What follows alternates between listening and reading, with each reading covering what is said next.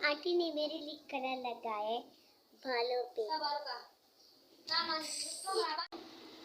Hello hello hello everyone, अस्सलाम वालेकुम, welcome back to my channel. उम्मीद है कि आप ठीक होंगे और अल्लाह के करम से मैं भी बिल्कुल ठीक ठाक हूँ जी। मेरा ब्लॉग स्टार्ट हो रहा है मॉर्निंग से और अम्मी चाय बनाकर चली गई हैं बाहर और चाइनक में अम्मी ने चाय डाली ही नहीं है। तो जो पहली दफ़ा ये देख रहे हैं उनको पता होना चाहिए कि भाई पठान चाइनक में सेव करते हैं। ठीक है।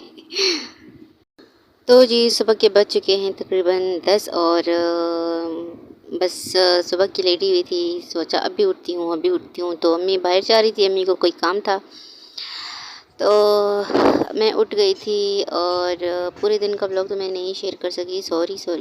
ये व्लॉग है मेरे पास आपके लिए। तो मैं जा रही हूँ बाहर और ट्राइपॉड लेने के लिए, जो सबसे मेन चीज़ है मेरी यूट्यूब के लिए, और बिल्कुल मिल ही नहीं रहा था। और ये ही पेशावर का, इसको कहते हैं, क्या कहते हैं इसको, जो जानने वाले उनको पता होगा, ठीक है। तो ये है, उसको मैं फिर भूल गई हूँ यार, इसको क्या कहते हैं। तो चलो मैं याद करके बताती हूँ। तो वो तो हमें नहीं पसंद आया क्योंकि वो था टिकटॉक का, और टिकटॉक तो हमने बनानी नहीं थी।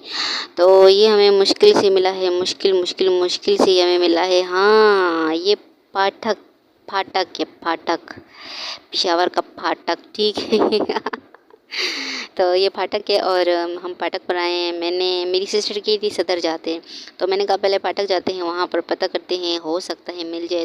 तो जी ये मैंने लिया था 800 का, और 800 से तो ये बिल्कुल भी नहीं कम कर रहा था, इतना कोई ढीठ था, क्योंकि इसको पता था कि हम पूरे फाटक में घूमे हैं और ये हमें नहीं मिला।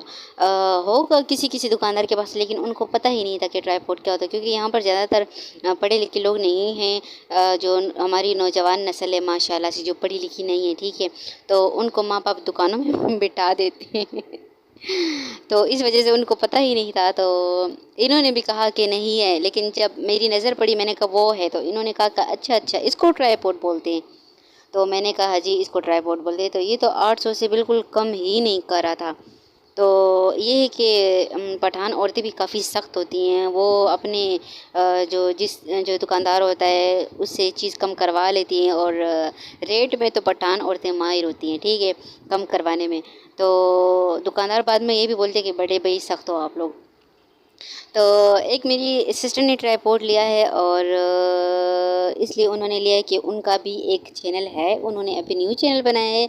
तो आप लोगों ने फुल सपोर्ट उनको देनी है, फुल भरपूर आपने उनको सपोर्ट देनी है, और उसका लिंक मैं ज़रूर शेयर करूँगी। तो फ़िलहाल उनके चैनल की एडिटर तो मैं ही हूँ, क्योंकि मेरी सिस्टर तो बड़ी है, लेकिन उनको ये एडिटिंग वगैरह ज़्यादा उनको पता नहीं है। तो फ़िलहाल तो मैं ही कर रही हूँ, और इंशाल्लाह मैं जल्द ही, जैसे ही वो कोई नई वीडियो अपलोड करेंगी, जब मैं उसकी एडिटिंग करूँगी तो वो वीडियो अपलोड करेंगी, और मैं उसका लिंक आप लोग के साथ शेयर करूँगी। तो आप लोग को अगर पसंद आता है तो आपने उनके चैनल को सब्सक्राइब ज़रूर कर लेना है, ठीक है। तो मैं आपके साथ शेयर कर रही थी, ये फाटक है, और फाटक में आपको हर चीज़ मिल जाएगी। यहाँ पर ज़्यादातर मर्दों की तादाद होती है, औरतें यहाँ पर नहीं आती हैं, क्योंकि यहाँ पर इतने ज़्यादा मर्द होते हैं कि औरतें आ ही नहीं सकती, उनको शर्म आती है। कुछ जो होती हैं जो मजबूरी में आ जाती हैं, वरना फाटक में ज़्यादातर मर्द ही आते हैं अगर कोई काम हो तो, ठीक है। तो ये है मौलवी जी हॉस्पिटल, और गायनी प्रॉब्लम्स, और जच्चा और बच्चा, और जो कुछ भी यहाँ पर बच्चों की प्रॉब्लम्स है, यहाँ पर औरतें आती हैं। तो अक्सर मेरी जो बहनें हैं, जो मेरी भाभी है, वो भी अक्सर यहीं पर आती हैं। जब मेरी भतीजी को खसरा हुआ था तो मैं और मेरे भाई अपनी भतीजी को लेकर यहीं पर आए थे उसको टीके लगाने के लिए। तकरीबन 4 या 5 टीके लगे होंगे या ज़्यादा लगे होंगे, ये मुझे नहीं पता, लेकिन मैं एक दफ़ा आई थी भाई के साथ, मुझे नहीं पता कि कितने इंजेक्शन लगे हैं। तो यहाँ पर जो साइड पे जो ज़्यादातर जो गरीब लोग हैं वो यहाँ पर अपना ठेला लगा लेते हैं, तो इनसे भी चीज़ें लेनी चाहिए, और इनके साथ पैसों के मामले में बिल्कुल भी जो है ना, इनके साथ बहस नहीं करनी चाहिए, क्योंकि इनका भी हक बनता है। तो आप सोच रहे होंगे कि मैं फाटक से यहाँ तक मैं कैसे पैदल आई हूँ। तो पेशावर में ज़्यादातर हम पैदल ही सफ़र करते हैं, क्योंकि ज़्यादातर दूर आने जाने के लिए जो है ना हम रिक्शे का इस्तेमाल करते हैं या टैक्सी वगैरह का इस्तेमाल करते हैं।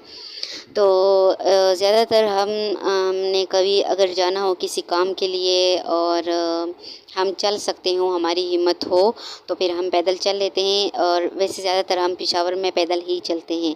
कहीं भी अगर जाना हो ज़्यादातर हम पैदल ही जाते हैं, और यहाँ पर जितनी आवाम है ज़्यादातर वो पैदल ही जाती है, चाहे कितना भी दूर हो, चाहे 10 किलोमीटर तक दूर हो तब भी पैदल ही जाते हैं। तो फाटक से हमारे घर तक तो मैं अगर गलत ना हूँ तो तकरीबन 10 से 15 किलोमीटर दूर होगा, और हम पैदल आए थे। तो थकान हमें ज़रा भी नहीं हुई, क्योंकि बचपन से अभी तक हम आदी हो चुके हैं पैदल आने जाने के, तो इसलिए हमें ज़रा भी तकलीफ़ नहीं हुई। तो ये है बेसमेंट, और बेसमेंट में हम एंटर हो चुके हैं, क्योंकि बेसमेंट में काफ़ी ज़्यादा काम हुआ है। मेट्रो भी बनी हुई है, तो इस वजह से यहाँ पे काफ़ी ज़्यादा चेंजेस की गई हैं। तो यहाँ पर मैं आपको मेट्रो का एंट्रिंग दरवाज़ा भी दिखा दूँ कि यहाँ से हम एंटर होते हैं। कार्ड हमारे पास बना हुआ है।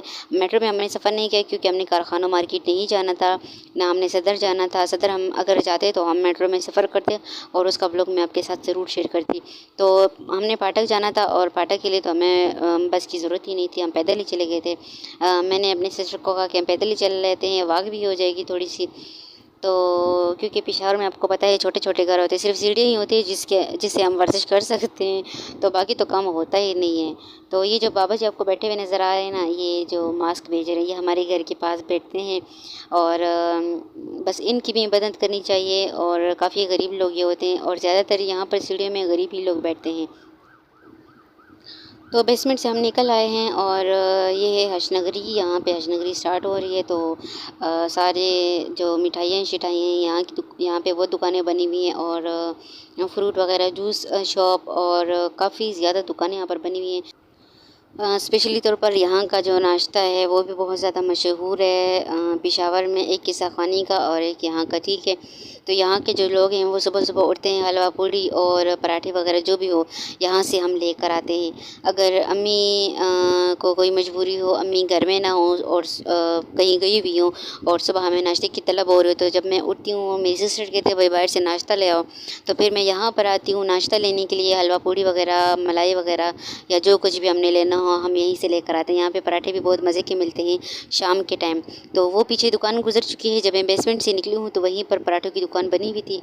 मैं आपको दिखाना भूल गई हूँ, आप पीछे रिवर्स करके आप वीडियो देख सकते हैं। तो शाम के टाइम में वहीं से पराठे लेती हूँ, और कभी कभी लेती हूँ, ज़्यादातर नहीं लेती। अक्सर हम जो है ना घंटाघर चले जाते हैं, वहाँ से हम जो मून लाइट है वहाँ से हम कोई खाने की चीज़ ले आते हैं चाय के साथ, ठीक है। तो ये जो आपको गेट नज़र आया है ये हशनगरी गेट है, और ये आपने लाजमी याद रखना है। थाना भी है यहाँ पर, और हशनगरी गेट इसको बोलते हैं। सामने आपको नज़र आ रहा होगा। तो गर्मी थी और जूस शॉप में हम नहीं घुसे। मैंने बहन को कहा, मैंने कहा रहने तो, मैंने कहा यहाँ पर गन्ने का जूस पीते हैं, क्योंकि पसीना काफ़ी ज़्यादा आया हुआ था। तो यहाँ पे मैं रुक गई थी, मैंने कहा चलो मैं व्लॉग बना लेती हूँ। और ये भाई साहब मुझे कह रहे थे कि आप टिकटॉक बना रही हो, तो मैंने कहा नहीं टिकटॉक, मैंने कहा मैं नहीं बनाती, मैंने कहा मैं व्लॉगिंग करती हूँ। तो यहाँ पर बन रहा था जूस, और यकीन करें शिद्दत से इंतज़ार था जूस का, इतनी गर्मी थी, पसीना इतना बह रहा था, बस दिल कर रहा था कि बस जल्दी से घर पहुँच जाए। तो यहाँ पर सामने आपको हशनगरी गेट नज़र आ रहा होगा, और इसके साथ ही मस्जिद है, और उस साइड पर थाना है, ठीक है। और बस एक या 2 किलोमीटर के फासले पर ही हमारा घर होगा। तो यहाँ पर जूस पीने के बाद मैं घर चली गई थी, मैं और मेरी सिस्टर घर चले गए थे, क्योंकि हमें लग रहा था भाई बच्चे भूखे होंगे तो उनको खाना भी देना होगा। तो जी मेरी वीडियो यहीं तक थी, और उम्मीद है कि आपने मेरी वीडियो को फुल एंजॉय किया होगा। और अगर आपको मेरी वीडियो पसंद आती है तो एक लाइक ज़रूर कर दीजिएगा, और चैनल को सब्सक्राइब ज़रूर कीजिएगा, बेल आइकन भी दबाना। और खुश रहें, आबाद रहें, दुआओं में याद रखें, और एक दूसरे को सपोर्ट ज़रूर करें। अल्लाह हाफिज़।